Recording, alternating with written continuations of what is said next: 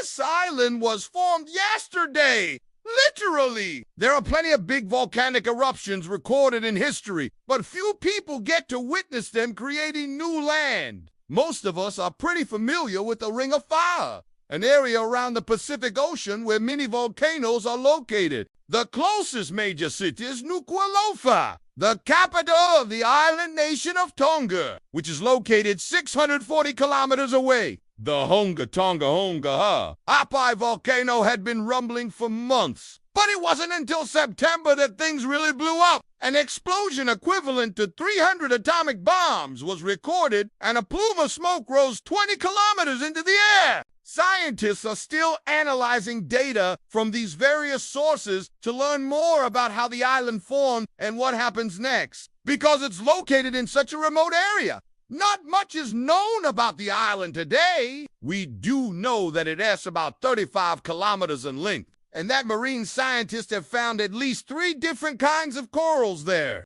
Perhaps one day we'll learn that the island has its own unique ecosystem. But for now, it remains an exciting example of our dynamic planet. Within a few days, the seamount, or underwater mountain, created by the eruption, was already 108 meters high. Then in late January 2016, another explosion raised the seamount another 70 meters. It connected with another nearby island and formed a new landmass. Before we check out this newly formed landmass, make sure you hit that like button for more videos about geography. Plus, it's quite rare to see a new island emerge in the first place. New islands form when magma, hot liquid rock from inside the earth, bursts out of a volcano and solidifies. Most of these new islands are quite small and eventually get washed away by the tide. Sometimes volcanic activity continues long enough to build larger islands. For example, Surtsey Island off the coast of Iceland